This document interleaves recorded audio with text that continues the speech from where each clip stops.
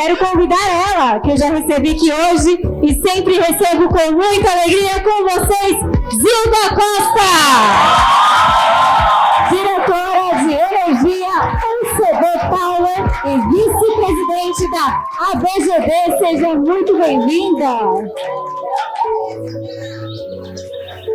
Pessoal, eu já falo rápido, mas eu vou acelerar, vou falar o dobro rápido para a gente recuperar o tempo. Vou passar a apresentação para frente. Tá bom, obrigada. Complementando aqui a palestra da Val, só é possível que haja desenvolvimento econômico quando a gente consegue levar o armazenamento de energia por baterias. Então, tudo que vocês viram ali, que seja solar, que seja uma biorefinaria instalada por uma universidade, tem um armazenamento de energia junto, tem bateria. Por quê? Quando aquela família coloca alguma coisa naquela geladeira que ele conseguiu comprar, se não tiver o armazenamento, você não consegue que a comida esteja até o dia seguinte nas mesmas condições de preparo, né? E também não há desenvolvimento econômico se você não levar um pouquinho mais de energia do que somente luz. Então, a gente faz um trabalho de coração aqui. Val, obrigado por tudo. Antes de começar aqui minha palestra, eu queria dizer que no primeiro congresso Mulheres de Energia, eu vim com a Lúcia. A duras penas a gente fez o primeiro congresso, fui só eu, da minha empresa, né? Estava só eu presente. No segundo congresso estava eu, a Luciane estava aqui, deve ter ido ao toalete, está ali, cadê? Lu está ali. E hoje, a UCB, acreditando na liderança feminina, a UCB mandou 24 mulheres para participar desse setor, e elas estão aqui maravilhosas, presentes. E essa palestra que eu preparei é para elas, primeiro para vocês, e aí pensando no congresso, na quantidade de mulheres que estão aqui também para vocês. E cada palestra que eu preparo, pode ter certeza que eu devo ter lido uns 10 trabalhos para trazer conteúdo. Uma das coisas que eu falo com o meu time e na minha empresa que não adianta abrir a boca se não tiver conteúdo, né? E é isso que eu me preocupo trazer para vocês, um pouquinho de conteúdo. Então vamos correr. A primeira coisa é a nossa agenda de hoje. Eu vou falar primeiro a indústria, porque eu venho de uma indústria, né? A UCB é uma indústria presente na Zona Franca de Manaus e o impacto sobre o meio ambiente. Depois, o que é esse meio ambiente? Eu sei que tem gente aqui de todas as áreas. Tem administrativo, tem jurídico, tem operação e manutenção. Então, vamos dar uma conceituada aí o que é ambiente. E eu vou trazer um cenário de meio ambiente das mãos de uma mulher poderosíssima, e tinha que ser de uma mulher, não ia dar para fazer nenhum outro conteúdo que não fosse escrito por uma mulher hoje. Depois eu vou falar o que é transição energética hoje, entender o que é necessário, e termino falando como a gente pode contribuir com essa transição, acelerando a transição com armazenamento. Por que a gente acelera? Né? Então, eu queria contextualizar um pouco a indústria para vocês, e eu sei que a gente tem várias universitárias hoje aqui, a Lúcia concedeu alguns ingressos para...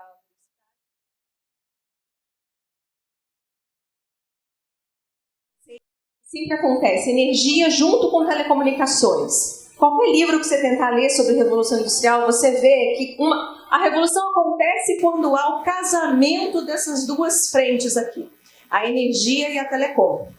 E a primeira revolução aconteceu quando houve a extração do carvão para as indústrias em larga escala e a massificação da imprensa. Aí acontece aquele boom, né? Massifica, e aconteceu a primeira revolução industrial, energia e telecomunicações para as indústrias, para alavancar.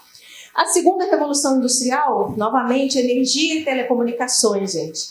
E aquela aconteceu a descoberta do petróleo e a telecomunicações, a introdução do rádio, TV, telefone. Eu sou dessa época aqui, do anos de 1960, do Homem na Lua, do lançamento dos primeiros televisores no Brasil.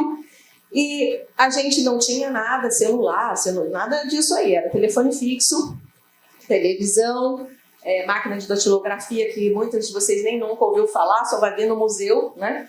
e a descoberta do petróleo. Mas é importante falar ainda nesse slide que a gente não deixou a tecnologia do carvão em muitos países, que ainda funciona até hoje. Então, quando eu falar de revolução, ela passa, mas passa deixando alguns países também ainda na primeira revolução tecnológica, né?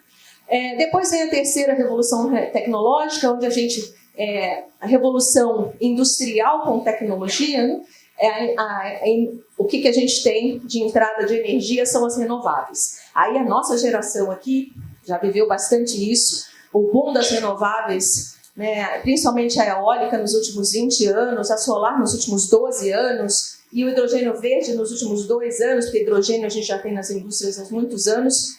E o que veio de telecomunicações? Que é a nossa geração, o que a gente usa? Celulares, computadores, internet. Então, quando há isso, esse crescimento, existe uma revolução tecnológica. E onde a gente vai criar os nossos filhos e onde a gente está com o pé hoje? Hoje, a gente está na 4ª revolução tecnológica. A gente pode achar que muito disso que está escrito aqui no quadro é uma coisa futurista, ninguém está vendo, mas não. Tem cidades implantando isso daqui, projetos, vivenciando, né?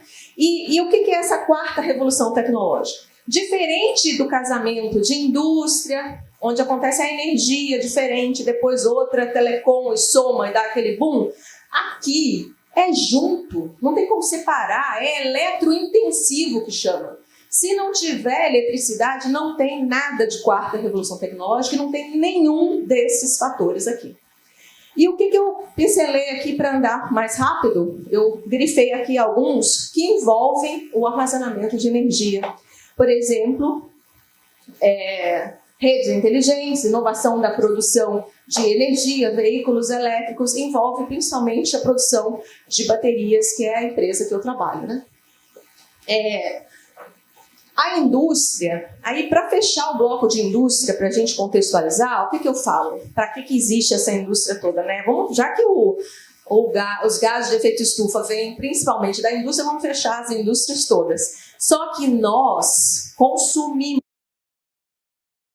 existem por nós. E o que a gente consome? A gente cultiva os nossos alimentos com fertilizantes, com petroquímicos, pesticidas, que vêm do petróleo. A gente usa a maior parte das são feitas de fibras sintéticas petroquímicas. A maioria do nosso material de construção, cimento, plástico, feito com combustíveis fósseis. Nosso transporte, energia, calor, luz, contam com combustíveis fósseis. Praticamente toda atividade comercial em nossa economia global depende do petróleo e muitos dos nossos produtos farmacêuticos são feitos com combustíveis fósseis.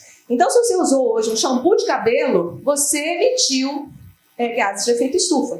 Você está devendo aí na nossa pegada ecológica, né? E como a gente consome, tem que consumir para sobreviver, a gente começa a entender o impacto que tudo isso vai ter no meio ambiente. E aí, depois de fazer esse estudo, eu trago para vocês uma mulher maravilhosa. Aí vocês vão falar assim, meu Deus, a Zilda foi lá em 1950 para buscar o conceito de meio ambiente para trazer para a gente. Mas eu acho que vocês nunca ouviram falar de meio ambiente do jeito que eu vou falar aqui agora. Essa mulher maravilhosa, a Raquel Carson, ela é uma autora que revolucionou o movimento ambientalista no mundo a partir dos anos 1950. E o conceito de na natureza nada existe sozinho é um conceito divulgado por ela, né? E ela está presente até hoje nos 50 livros mais importantes sobre o meio ambiente. Tanto foi a colaboração que ela deu para o nosso cenário hoje, antes da gente falar de transição energética, eu coloquei na minha cabeça que eu falaria de indústria e depois de meio ambiente, para a gente falar de transição. E aí, eu estudei alguns livros da Raquel Carson, comprei esses 3, fiz um resumo para vocês em 4 slides dos 3 livros. Aqui está a minha equipe, a Gilene sabe que eu faço muito isso, eu compro um livro, resumo, faço em 2 páginas, para dar um interesse aqui do pessoal ler, estudar mais, né? Então, esses livros aqui, eu li, destrinchei, foram escritos em 1951, 1955, 1962, e aí a Raquel morreu em 1964 e foi considerada a maior ambientalista do mundo. A partir da morte dela, passou a acontecer o dia que a gente comemora até hoje, chamado Dia da Terra. De tão importante que é essa mulher, nossa conterrânea maravilhosa, ambientalista. Então, eu sei que ler numa palestra não é legal, mas para falar um pouquinho de poesia, eu tinha que ler o que é que ela escreveu em poucas palavras aqui.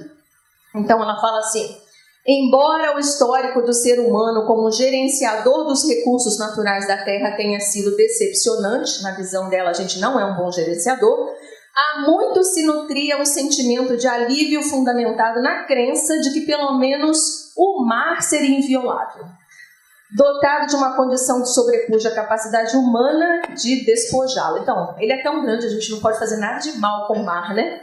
O mar vem chamando a atenção daqueles que convivem com o problema do lixo, considerado o cemitério natural dos resíduos atômicos que são colocados nos barris envoltos por concreto. Então, eu me deparei com um assunto que o nosso lixo é tóxico, atômico, ele é embalado em concreto e jogado nas profundezas do mar. E aí a Raquel fala que um dia ele vai voltar porque a cada X anos o que está no fundo do mar volta para a terra. Ela também fala: os erros cometidos agora valerão para sempre, mas o mar sinistramente alterado continuará a existir. Ou seja, quem não vai existir é a gente, por sinal, né? E para falar de solo, ela falou de mar e ela fala de solo. Os sais minerais do solo vão parar no mar através dos rios carregados pelos ventos e as chuvas. A vida no mar, mesmo o menor ser vivo, depende dos sais minerais. Vocês já pensaram que para qualquer vida no mar, o que é importante são os sais minerais? A palestra sumiu aqui. Os sais minerais que vêm da terra, do nosso esgoto, do que a gente está fazendo na terra hoje, dos pesticidas, tudo que a gente está fazendo na terra, ele vai para o mar, e o mar que alimenta a terra fica um círculo, né? Por milhares e milhares de anos, o sol, o mar e os indomáveis ventos trabalharam juntos. E se eles trabalham juntos, a gente tem que ter preocupação com o que a gente está fazendo. O terceiro slide sobre o meio ambiente fala que o oceano é o maior reservatório de minerais da Terra. Isso porque a fonte primária do sal do oceano é o manto rochoso dos continentes. Então, o mar só é o mar por conta da Terra e do que a gente está fazendo nela, né? As chuvas fazem o processo de desgaste das rochas e levam os minerais para o mar. E a nossa busca por riquezas minerais frequentemente nos leva de volta aos mares. A gente, além de extrair o petróleo da terra, a gente também extrai o petróleo dos mares. E o último slide desses 3 livros, e foi difícil escolher tanta coisa maravilhosa que a Raquel Carson traz. Ela fala assim: o oceano é a nossa estrada, nossa fonte de alimento, mas também é o nosso esgoto. A água está doente demais para permitir que o seu consumo seja seguro.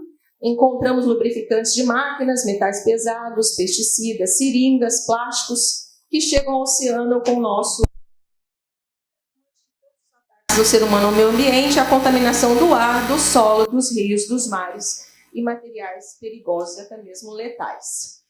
A poluição do meio ambiente devido ao uso exagerado de produtos químicos, como que é fruto da ignorância e da cobiça, contamina tudo, os animais, plantas, e a gente esquece que isso é uma corrente da vida. Aqui, 2 reportagens, por que eu escolhi o livro da Raquel Carson. Uma de Linda Lee, feita no ano de 2010, então, mesmo assim, é um livro super atual, e o outro de 1998, da Suprema, que cada empresa signatária ou cada país ia fazer o possível para mudar aquele cenário de qual energia estava usando, se está usando carvão ainda, se está usando petróleo, renováveis, e como que a gente pode acelerar essa transição para cuidar melhor do meio ambiente. A transição energética em larga escala tem como objetivo a descarbonização. O que é descarbonizar? Como eu uso menos essas fontes, introduzo fontes renováveis, como eu acelero isso, né? E por que o armazenamento ele pode acelerar essa transição energética? Além da gente ser signatário dos ODS da ONU com compromisso com isso, com o processo de descarbonização, a gente tem aqui 10 motivos para usar bateria junto com as renováveis. E como eu estou junto do setor elétrico aqui, é claro que vocês já ouviram falar redução do curtailment, redução das intermitências, suavização dos picos e dos vales de demanda, flexibilidade operativa, eficiência na transmissão, eficiência na distribuição, redução de custos operativos, redução de riscos de corte de fornecimento, otimização da geração de energia, diminuição do uso de combustíveis fósseis. E aí você pergunta, pô, mas se tem tanta coisa boa, por que a gente não usa o armazenamento por baterias? Porque a gente está num momento de introdução das baterias no setor energético brasileiro e precisa alavancar aí a parte regulatória, principalmente para que seja introduzido o armazenamento com maior frequência, né? A gente tem as soluções, eu não sei se vocês já viram, eu quis trazer o que é armazenamento. A gente coloca baterias numa condição de densidade energética menor, né, compondo onde você possa transportar, carregar de qualquer volume, de qualquer tamanho, para colocar em qualquer tipo de usina. Você pode ter soluções individuais, como a Val mostrou, para colocar numa casa, numa residência, para ser só uma geladeira, ou você pode colocar para ser junto de uma usina do sistema isolado de diesel, para diminuir o uso de diesel e utilizar as renováveis, cobrindo a intermitência das fontes renováveis. O futuro da energia o armazenamento é que dá a segurança energética e o armazenamento é que vai fazer com que a gente construa as cidades inteligentes. Essas cidades inteligentes, para contextualizar, são as micro-usinas de geração e cada casa vai passar a ter com armazenamento, ou as redes de distribuição e transmissão inteligentes. Garantir que ninguém seja deixado para trás. Se a Val falasse depois, né? Garantir que ninguém mesmo seja deixado para trás, que cada um possa ter a sua energia e para ter desenvolvimento econômico que seja com o armazenamento. E para finalizar, eu volto de novo na Raquel Carson falando o seguinte: num mundo que não via com bons olhos mulheres atuando nas ciências, mas depois de algumas milhares de palavras dela, o mundo tomou nova direção. Então, que a gente utilize também nossas milhares de palavras, cada uma de nós, para mudar o mundo para uma nova direção. Obrigada. Eu sou sua fã, viu, Zilda? Obrigada, Deus abençoe. A Zilda que já ganhou os presentes dela, né, Zilda? Já levou para casa já o troféu, sinta-se prestigiada e presenteada novamente.